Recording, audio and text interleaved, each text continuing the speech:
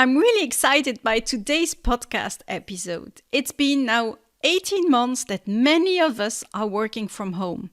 And it looks like we're not going back to the old ways of working. We're moving towards hybrid teams working from the office and remotely. And remote work has shown many advantages, but also some flaws, especially in terms of engagement, motivation, and innovation. Now, the problem is that due to the sudden pandemic, many organizations had to act rapidly. And in a matter of 1 or 2 weeks, most organizations managed to organize working from home from a technological point of view. But not enough really looked at what it takes to make remote work successful. Often, meetings and informal chats were simply replaced by virtual meetings, and that was it. As a consequence, many people are spending a big chunk of their time in virtual meetings, which is very tiring, stressful, and not productive. And many directors are looking for more engagement and motivation. Now, simply forcing people to go back to the office isn't enough as a strategy, because some people simply don't want to go as often to the office. So in today's podcast, I'm talking to Pilar Orti, a fellow podcaster specialized in remote working. I was really impressed by her expertise and knowledge, and she's going to share how you can increase engagement and motivation in remote or hybrid teams. And she also shares many different tips and strategies.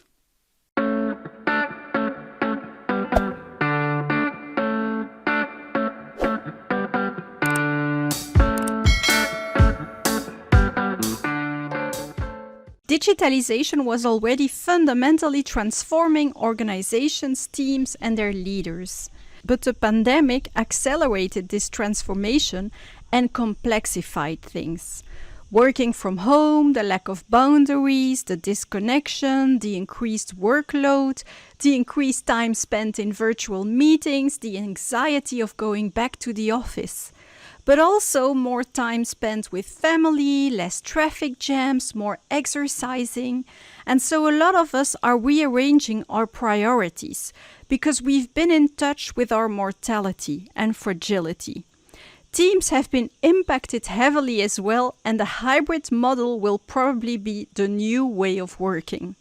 So leaders need to adapt to this new reality to get the best out of people and from their teams. So we are organizing a free 2-part webinar series on how COVID is impacting the people and leaders, that is part 1, and how it is impacting the teams, part 2.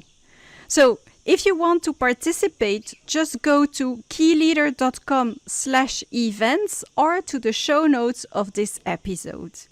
And if you think you can go back to normal, think again, because the pandemic is accelerating the paradigm shift of our society. And you choose if you want to be part of the bright future or hold on to the crumbling past. So go to keyleader.com/events to subscribe to our webinar. Now back to our episode. Hi, Pilar. Hello, lovely to meet you. Yeah, and listeners.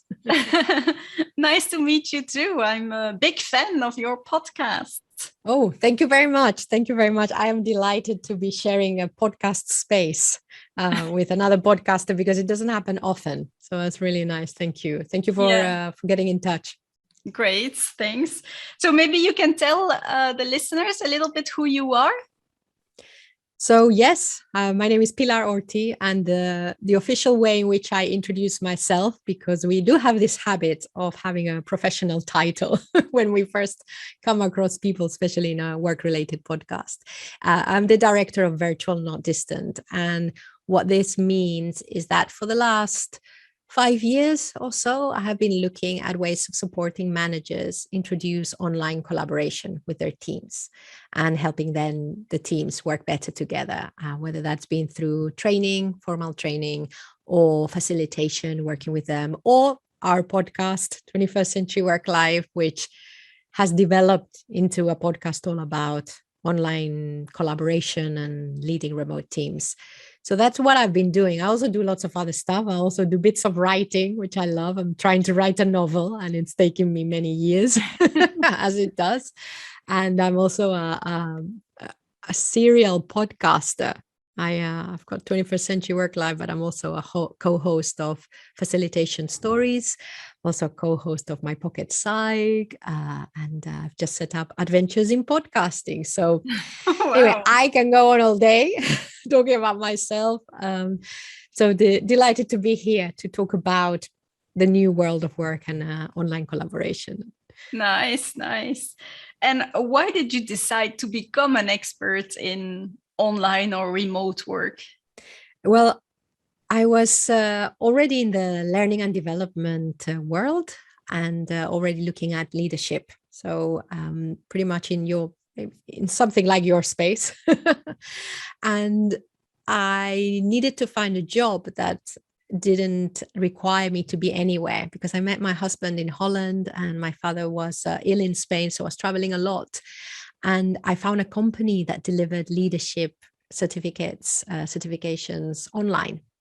So I became their forum animator, and I became their webinar project manager or whatever. And I saw not only that the online space was also a great way to engage with people in both real time and asynchronously, but also that technology was improving, getting cheaper, and we were going that way. We were going the way of we can now work with people from across the globe. That was how I used to look at it then. And also it's giving us options at a local level. So that's why I started to look into it, what was different, what was the same. And the main reason was that I thought, if we crack the way of working in a team in the online space, then we'll crack how to work in the office as well.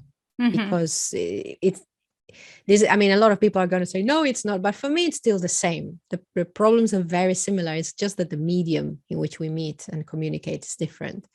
So those were all those reasons. Yeah. I agree. I also started working remotely because I bought a little house in Andalusia, and I thought, I don't want to go there just for the holidays, and I like to travel. So I thought, I want to create something where I can travel around the world and still work. Yes. So I also decided to launch then online programs. Uh-huh. So and I also have a small but online team.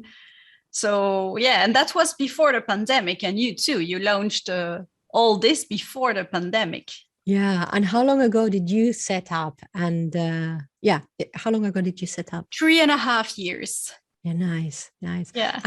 And how did you also think about how you were going to work with your clients, not just your team, about how that might work remotely?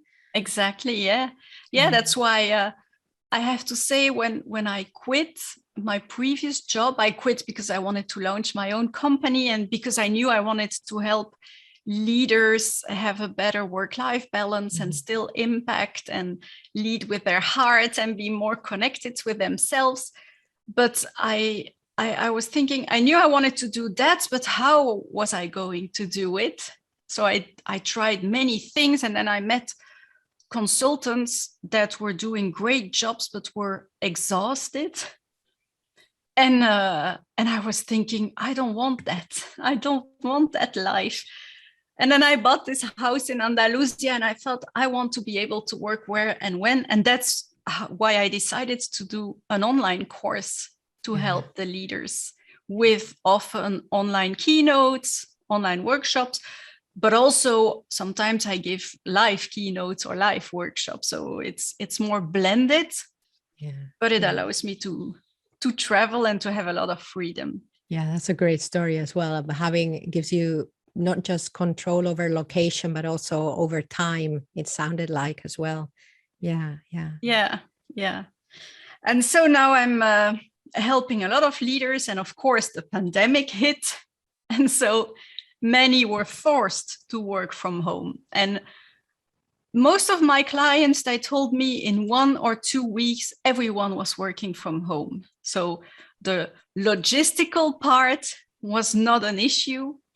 Then also the excuse that, but we cannot work from home, it's not possible. Well, they went through that, and it was great for a lot of people.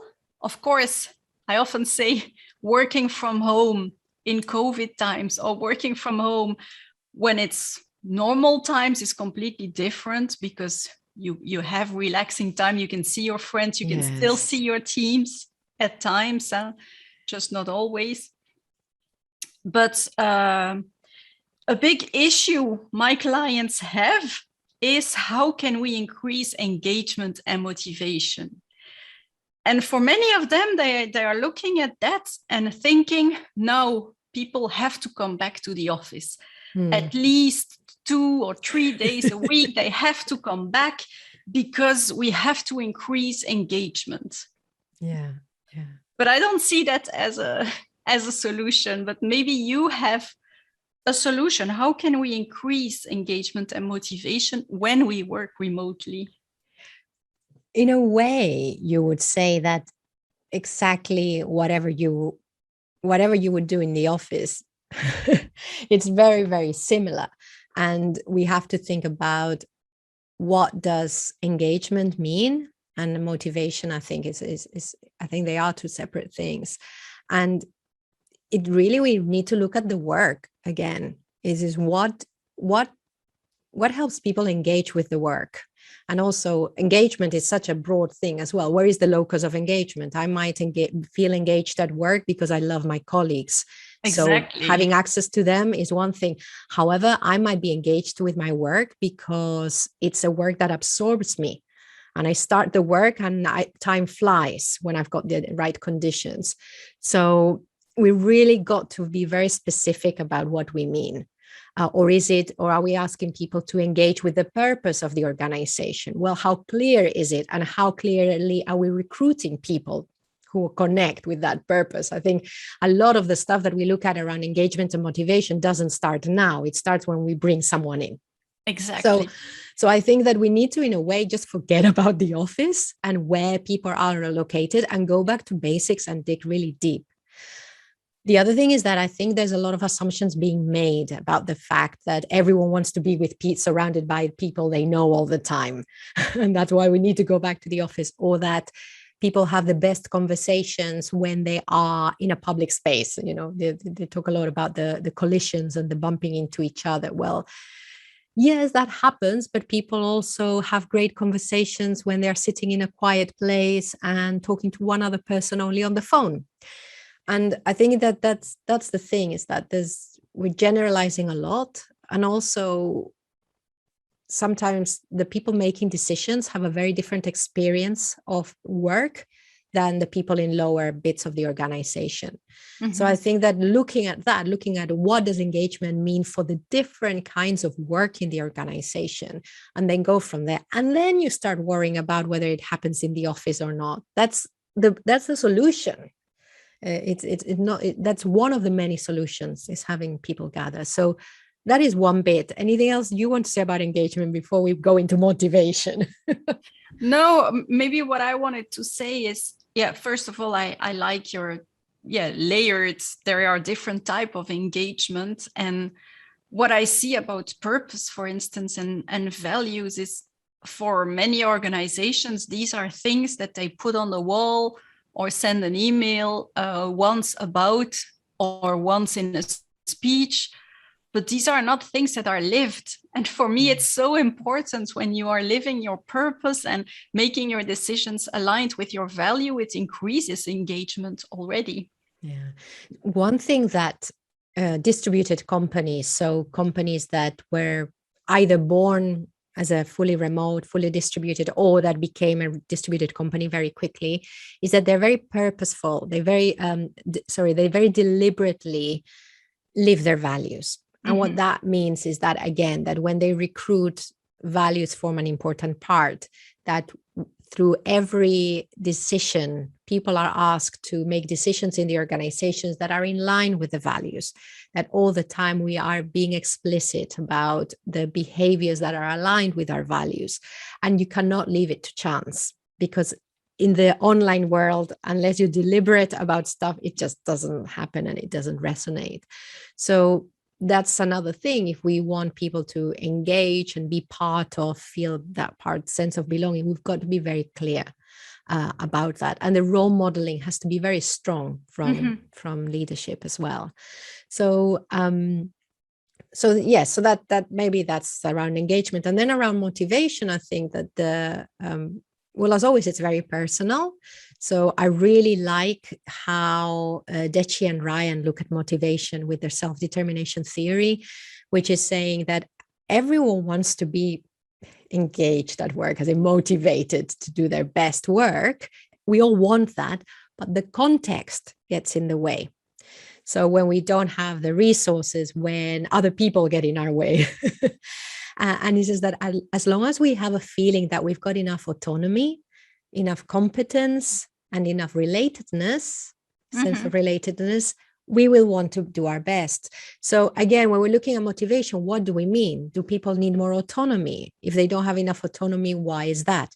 Is it me, the manager, that is micromanaging, or don't they have autonomy because they don't have information? Competence, the same thing.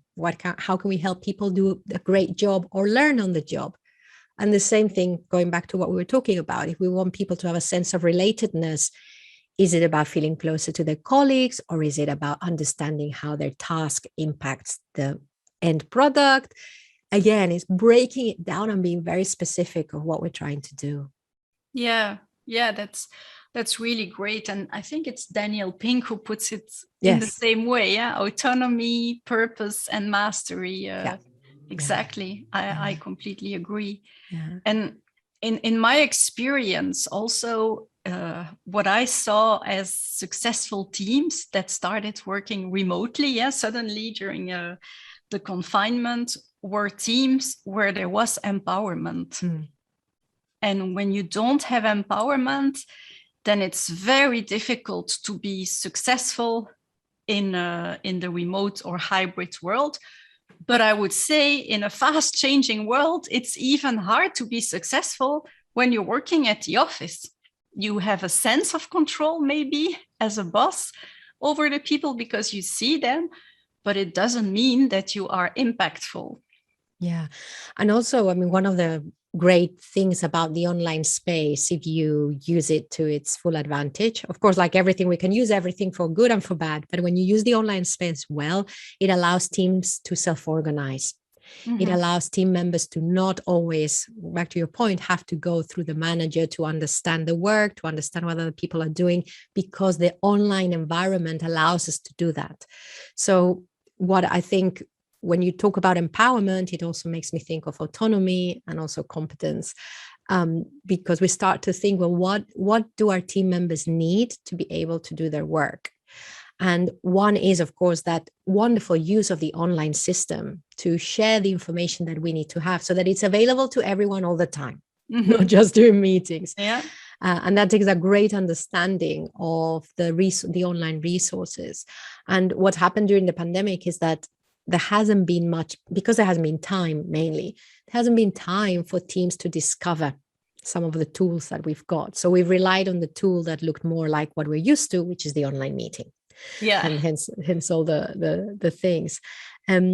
So another thing I think that is really important, especially from leading a remote team point of view, is to, even more so than when we're co-located, is adopting the coaching mindset.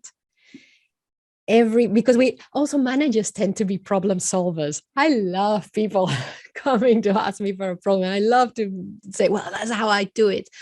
But actually, when you're operating at a distance, you want people who get used to solving as much as possible their problems, or on their own at point of contact, or with their colleagues, and not always having to resort to have someone at hand to resolve it with them. And I think as a manager, that's key. And it's very difficult in the online space, because especially when we have very short bits of conversations that might be text, it's much easier to reply and solve rather than reply and coach. So there's a lot of stuff around that. Yeah, and I believe things will even complexify, because you and I, we give workshops also sometimes. So in a workshop, you are in a way facilitating and coaching, and it's pretty easy to do it when you're face to face. It's pretty easy to do it when you're full remote. But I had to do it in the last months also with hybrid teams. So some people at the office, all with one screen, all behind one camera, and some people working from home. And it increases complexity, hybrid versus remote work. Yeah. Well, I think we need to differentiate hybrid team from a hybrid meeting, because I think that it's very important that we don't get into the mindset that all collaboration has to be done real time. So hybrid meetings are really, really difficult because the technology is not there. Just before the pandemic hit, I ran a meetup just experimenting with some technology which had been designed for hybrid meetings. It didn't work because the microphones were reliant on some kind of Wi-Fi stuff, and so stuff got cut off. Yeah, the microphones were lovely. They were all over the room, but it wasn't working properly. Again, because there was only one camera. And even though the camera followed the person talking around the room, it's still one camera. So the consensus always around hybrid meetings has always been that we need to operate as a remote team. So when possible, one person, one device. More than anything, because if we are a hybrid team, we're also an online team, and our resources are going to be online. If I don't have my laptop with me, and how can I update a document as we talk? How can we have a canvas where we all add ideas? It's very difficult. And so to level the playing field, get everyone behind the computer if you can. That's not always possible, because if you're in the office, it's very difficult to find good spaces for everyone to be there. Yeah, so but that's why many are redesigning their offices. They now realize they have to have more like meeting space to really enhance collaborations, and at the same time more small spaces too for people when they have a remote meeting. Yeah. And the other thing is, the next step also is to start to get away from the meeting as that place. And I think that a hybrid team, for me, it is an online team. The common space all the time, whether you're in the office or online, is online. That's the common space. So the office is one more collaboration tool. And as such, you will use it for the things that you do best there. And so starting to look at, okay, we used to do this real time, but actually how else can we do it asynchronously? And I think asynchronous communication is difficult to adapt to and adopt, but it's key. It is key and also start to redesign how we think about collaboration, because larger teams, it's very difficult to have an online meeting or a hybrid meeting where everyone is truly engaged, to go back to that word. But if we start to think about available or even available. Yeah, or even available to be there at that time, because that's the whole flexibility around time as well. So can't we operate more like a network if we're a large team? How do we do this? How do we, there's different ways of doing stuff. We don't all have to have idea generation at the same time as decision making, at the same time as action planning. I think it's a great opportunity to break down what collaboration is and find different ways of doing each stage, because we have different spaces that are better for that. And by that, I mean asynchronous space or synchronous space. So I think back to your point, I think the hybrid team needs to be looking at themselves as an online team and reduce the amount of meetings, because they're really difficult to get right.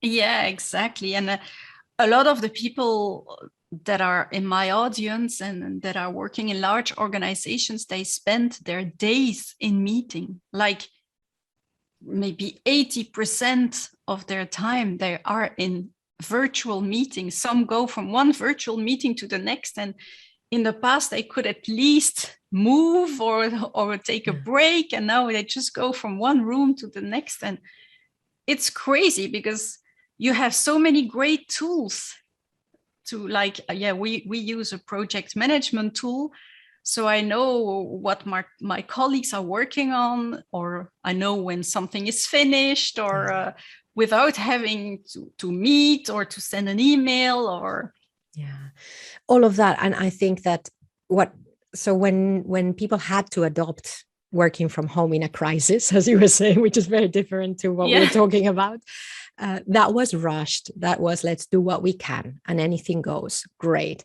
Now we've got the opportunity to think about how we're doing it. And I think we need to understand that we need to work differently and we need to redesign a lot. So I think the temptation is there just to go, okay, well, how do we recreate this? Back to normal. Yeah, back to normal, but also just so that some people in the office, well, it doesn't matter where they are, but you've got to change how you work. And that's not easy because this has been ingrained since the beginning of our working lives for some of us, and we don't know any other way. Yeah, it's a new mindset. It's completely new. It's a completely new way of looking at relationships as well. Because I was reading something today. It's a really good article on wired.co.uk. And it was great about how if you have some people who are coming into the office all the time and some people who aren't, you might have two tribes. So that is a very real problem. And I love the article, but there's one thing that I absolutely disagreed with. It said in the end, the people who are online, all their relationships will always be weak ties. As in, you can't have strong relationships if you have only met online. And I think that we need to, that is still really, really strong. People are still thinking that because many people haven't had that experience. And I think just things like that, we've got to go back to, well, some people will be able to, and some people won't. Some people will have better relationships with people they've only met online and with whom they see online or communicate with text. Some people will have better relationships with people they see in the office. And it's that we've assumed for a very long time that things are the same way for everyone. Yeah. And now is the time that we have to see it's not true. I agree. And here again, I often say the quality of your relationship is dependent on the quality of your conversations. So if you have deep conversations online where you share things that are important or things that you've been through or that you really care about or vulnerabilities, then you create deeper relationships. And so if you do that online, you create this great relationship with a person. Yeah.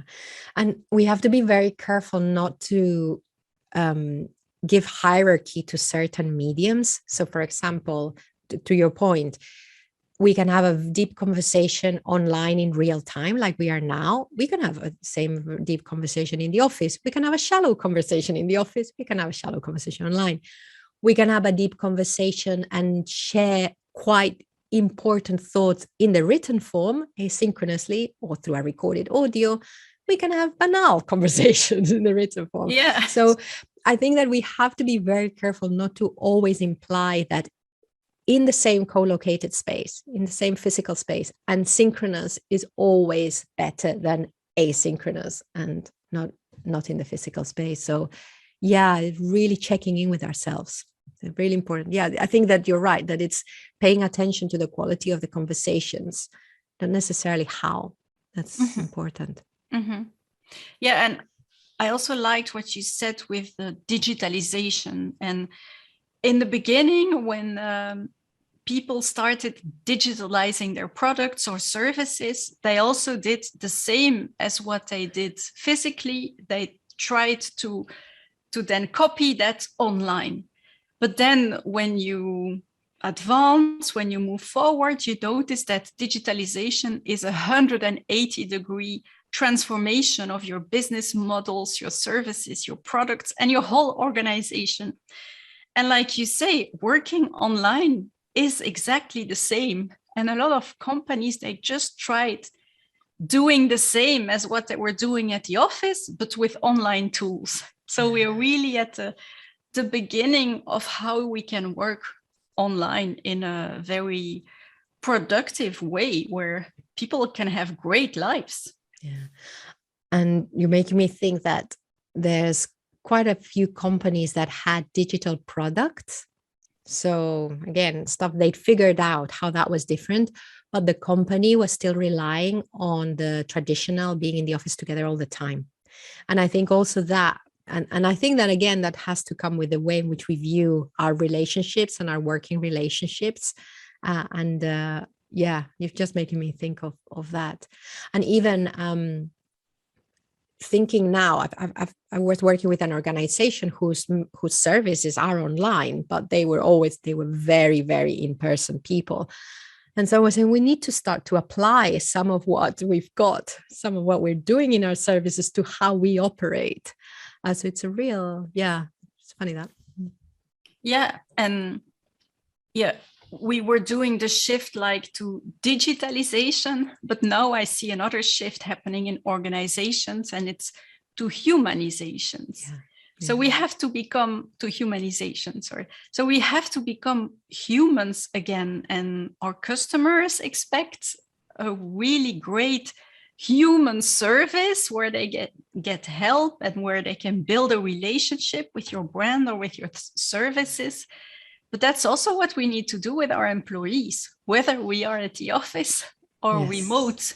Yeah.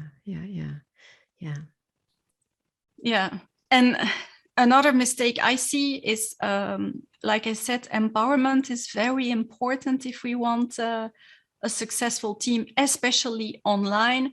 But many leaders think that empowerment is just about asking people to take more responsibility. And it stops there. Well, there are really different criteria if you want empowerment. Yeah. And do you want to take us through the criteria? Yeah. The first one is, we already talked about it a little bit, but I call it clarity. You have to know where you want to go. And especially if you work remotely, you cannot simply ask something to your colleague very rapidly. Yeah, you could call him, but you have to know where you want to go, what your values are, your purpose, what you want to do, the processes, although they don't have to be fixed. We don't want a very fixed structure. That's another mistake we can make, where everything is very clear, because we have to constantly balance between clarity and chaos, because in chaos we get the creativity and the flexibility and then the new ideas, and then when we have the new idea we have to have the structure again to implement it. So clarity. And then I call this autonomy, but autonomy is about having the tools, the information, but also the organizational structure where you are not dependent, too much dependent on other teams. So cross-functional teams work better online. And if you want empowerment, then the classic functional organization where you are so dependent from other teams that you have to constantly communicate or spend your time in meetings trying to get the information. Yeah, I think the one of the kind of teams that work very well in the online space, of course, are self-managed organizations. And I think that is another thing that organizations could have a very, very strong look at themselves and see how much hierarchy is going to stop people from being able to do their work independently. Or not even independently, is just how much is hierarchy stopping people from making decisions, how long people have to wait for, I don't know, 3 layers up to say yes. I mean, I was came across an organization that they said to me, oh, you don't want to see the thread of emails until we were able to make a decision. And I was, no, I don't want to, because what that is telling me is that, as you say, that that things are not clear, that people cannot take decisions, that people don't know how to take a decision after consulting. I think also that is important. Empowerment also means access.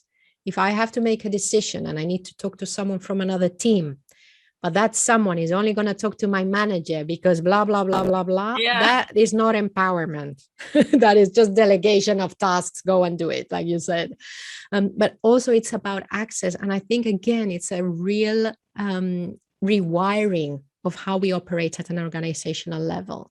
So yeah, but you have to learn to let go, go of control, to trust. And And also, I would like to see, and of course, senior leadership end up in a lot more meetings because strategy is something that sometimes requires in-depth conversations with, for most people, is easier to have in real time. So that's why they end up in all those meetings. However, wouldn't it be great to say, well, I'm at this level, I need to be accessible to other people in the organizations as well. I'm going to set half a day a week to go on the social network, on Yammer, for example, internal, whatever, where Facebook Workplace or Slack, whatever is the internal place where other people are hanging out. How can I make myself visible to them there? I'm visible in the office. That's great. Where else do I need to make myself visible? Where else? And because making yourself visible means that you're accessible. It means that, again, people who are away from you, who need something from you, can come to you. So I think empowerment, again, we need to really dig deep into what does it mean. And again, hierarchy, structure, communication channels, all of that needs a rewiring. Yeah, completely. I completely agree. And also what we need is a safe environment where people can take like the interpersonal risk for the greater good of your team. And there you need that, again, online or offline or at work or wherever you are. You need to feel safe to say that's a bad idea, or to talk about an idea you have, but that might be ridiculous, but you might be able to say it, or the feedback you want to give to someone, the transparency that I made a mistake and we need to fix this. So this also is really important. And it's really difficult when you're online. I think this is something that, especially if we're not used to it, because a lot of the conversations online will happen in the written form. If we want this flexibility, it's going back to this asynchronous communication. And there's something about the written form that still carries a little bit more weight than a casual conversation. So I think we've got to be quite aware of that, and aware, how do we lay down the safety for that, and what we might need to do to make it a bit safer, so that not every important conversation or every sharing of ideas and stuff happens written down. There's lots of issues that can arise with that. So I think we also need to think of again, what does it mean to be psychologically safe here, given the new context? Yeah.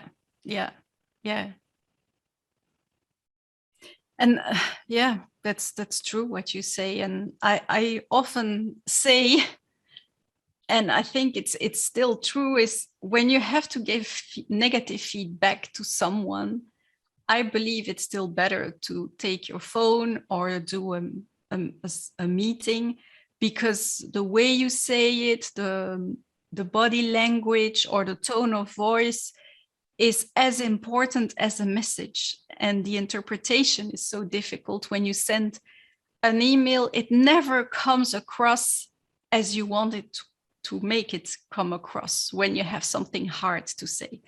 I don't know what you think about that. I would agree in some cases, but not necessarily. It also depends what that negative feedback is. I mean, we can go from being very harsh about a written piece of work that needs a lot of reworking, right to someone's behavior, which is unacceptable. So again, the same thing, that there will be somewhere you actually, yes, the best medium will be a real-time whatever, either. And for some people, the phone might be better. But for some people, video might be better. So again, what we find ourselves is having to evaluate more communication channels than maybe 50 years ago.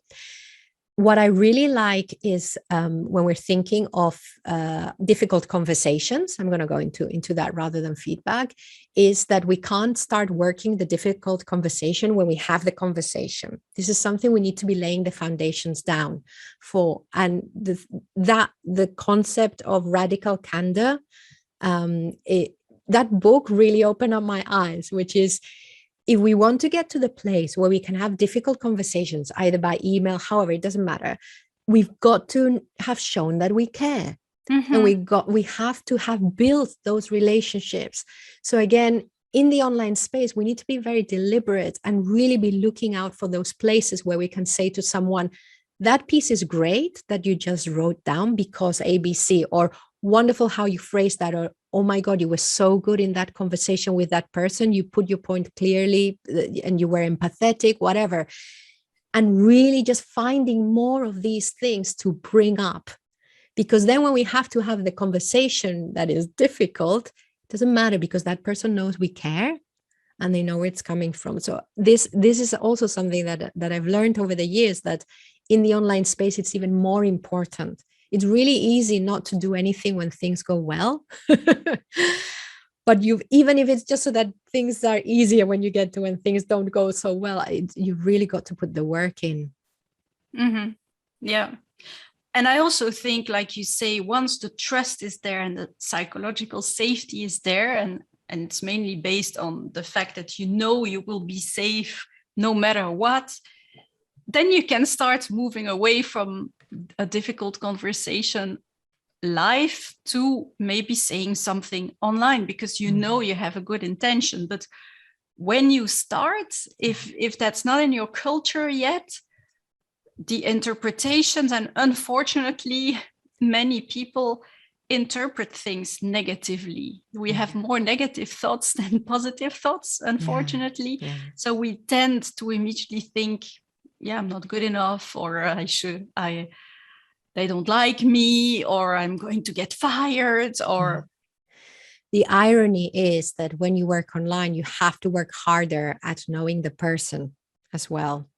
So and I was reading a piece only yesterday, I think it was saying, some people don't want to do that because it's hard. And some of us are not, we're also not, I mean, this is personality, there's a diversity within this. So I'm not saying that one thing is better than the other, but for people who are not used to or don't want to get to know people so well at work, this is really hard.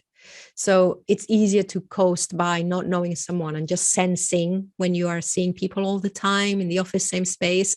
Once you're further apart, you've got to work a lot harder. So again, this is just when we're looking at choice of how we work, this is also something that we need to be working on. Yeah. And when I interview senior leaders and ask about their challenges, almost all the challenges they have are regarding people.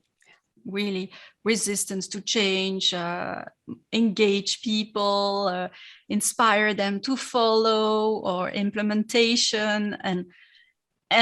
But when you look then at their work, they spend almost all their time on operational work and not enough on people management, really, like you say, listening to people and caring about people. And what you're describing is that's true to the work as we knew it 2 years ago. Mm-hmm. As it is now, as it's going to be, it's that the challenges are the same. And then the online space just means that we have to solve them differently. And that we can't ignore them, because I think what many people will have realized, especially with what's got to do with team dynamics and relationships, is that when you go into the online space, everything gets amplified. So people who had a very, were completely dependent from each other, had loads of meetings, that was amplified. People who tended in their team just to head down and not say anything, that got amplified. Yeah. So you've got, it's all there. It's only that the online space is trickier because then it just becomes more noticeable.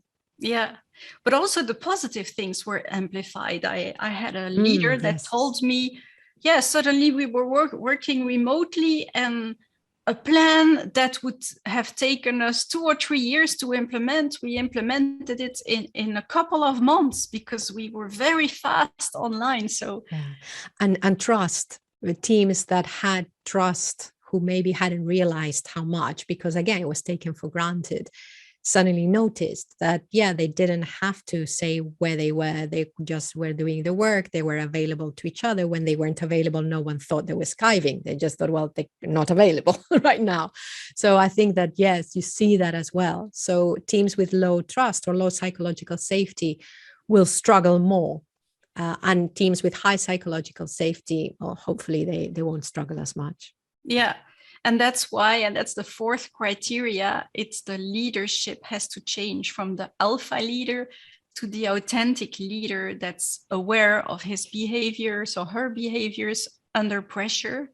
Because a lot of leaders, they know they have to listen, they have to allow mistakes, they have to co-create, and they know that. But as soon as they are under pressure, they get dominant again and can get angry or impatient. And that's why you have to be aware of your behaviors under pressure.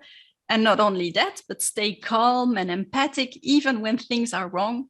And like you said, show trust. And for that, also letting go sometimes. I wonder also whether there is a case for not always being calm and empathetic, because if we want, I mean, that's about showing our human side also. So I think that it goes back to psychological safety too, that leadership always seeming to have all the answers or always being in control is very reassuring, but it doesn't give space to not being in control. It doesn't. So I think, and that is really difficult because, as you say, something can be knocking you off course. You don't want it to let that cloud everything and affect you in a way that's not helpful. At the same time, we need to show that we are human and that it is okay to be knocked off course. And when you're online and there's less opportunities for that to just come in, maybe it has more weight. Maybe that, I don't know, sudden loss of control that might be very fleeting because you're seeing everyone all the time. Suddenly it happens once in a meeting, for example, and it's got more weight. So again, that awareness needs to increase so that we can, for me, it's not about managing that as much, but about communicating what that's about a little bit more. I don't know, I think it's so complex. Yeah, but that's when I mean calm and empathic, it doesn't mean in control. Not at all. Yeah. But when you become impatient, you start shouting, and your triggers and fears take over. Well, then you can really harm the safe environment that you create. Yeah.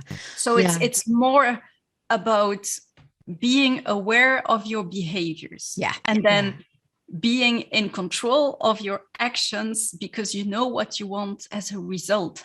And a lot of people, they I don't know, they want people to change, and they will just say to people, do this, but that doesn't work. So you won't get the result that you want by doing that. But often you have then to more respond instead of react. And I assessed many teams, and then I was looking to the data, and I was looking at different things. And I saw, for instance, if you have a leader that's not able to trust and let go, you have almost zero agility in a team. So being able to trust and let go, that's your way to agility. And fortunately, working online like the COVID forced us to do has allowed people to learn to let go and to trust. But unfortunately, for some leaders, it was like, okay, now I don't have a choice, so I will do it for a couple of months. But now we all have to go back to the office, and I'm going to control again. Well, it's very uncomfortable for some people because the propensity to trust is something that's so personal. And so if you are someone who has difficulty trusting people and then suddenly you have to trust, it is really uncomfortable. And I love that you mentioned that you learn to do it, because this is something that we do need to pay attention and learn too. So going back to your point, you need the self-awareness to understand where you are. And then you have to understand whether being different in certain situations would be helpful. And then you've got to understand how to do that. And I think that this is where organizations can support their management and their people a bit more, is saying things like, okay, what do you need to be able to trust people more? What do you need to change within the team? Or what do you need to ask from your team so that you can trust them more? And then make that gradual. as well. And I think this is sometimes being missed, is that it is very important to trust people when you have a distributed way of working, whether that includes the office or not. But for some, it's very difficult. And like you say, there will be some context in which you find like you've got to do it. But then once you're back to the pressure goes off and you want to be back to feeling a little bit more comfortable in yourself, that's when you need a little bit more help, maybe. Mm-hmm. Yeah, that's why I love what you say, that we need to take steps and baby steps. I often say, if you learn to ski, you're not going to go from the black rope immediately. You're going to go first on an easy one and then on a more difficult one. And it's the same with empowerment. It's the same with letting go, with trust. And that's why I believe we need a conversation within our team about what are the conditions of satisfaction. So what do I need to be able to let go, and so that you can make decisions, and the team members have also to say, what do we need to be able to take more responsibility? Yeah. And then again, it's a discussion on another level. Yeah. Great. Well, it was a nice conversation. I can really see that it's in your DNA, the remote teams. You really have thought about it. You have a lot of experience. I learned new things, so thank you for that. Really. Well, for me, it's just because it really it makes us go deep into how we work together and also who we are as people, which is the irony. Because the online world has always been saying, oh, it's dehumanizing, blah, blah. Yeah. No. It's an opportunity to really, really get to talk about how we work together as people. So, which is why it's so hard. So thank you very much for the conversation and all the different ways of seeing it. And also, your experiences. Really nice. Thank you. Thank you. And so where can people find you? Oh, virtualnotdistant.com. That's the best place to start. But I'm also on LinkedIn at Pilar Orti. That's my name. Nice. Okay. And you, in case we cross over to the 21st Century Work Life podcast, give us your contact. So my name is Murielle Machiels, and you can find me on keyleader.com, QIleader.com. And key comes from the Chinese. It's energy of life. Excellent. Yeah. And if you want to assess your team, then it's team.keyleader.com. And there you will find a free assessment if you want to measure the level of empowerment of your team. Great. Yeah. Well, thank you. Thank you. Working remotely enhanced what was already present when working from home. And it complexifies teamwork for certain aspects. So being intentional in how you want to work together is crucial. When you say you want more engagement, what type of engagement are you expecting? When you want more motivation, what are you missing? Is it autonomy, mastery, purpose? Here again, we see the importance also of values and purpose. Successful distributed organizations, meaning companies with employees working remotely all over the world, are very intentional with their values and purpose. But in a world of choice and digitalization, we've also seen how important values are to many people. And many of us have been in touch with our mortality and fragility during COVID times. We are rearranging our priorities. And here again, we want meaningful careers in line with our values. So I learned a lot thanks to Pilar, and I hope you did as well. Thank you for listening to us. Thank you for the reviews you leave on the platform. I really appreciate those as well, and have a great week.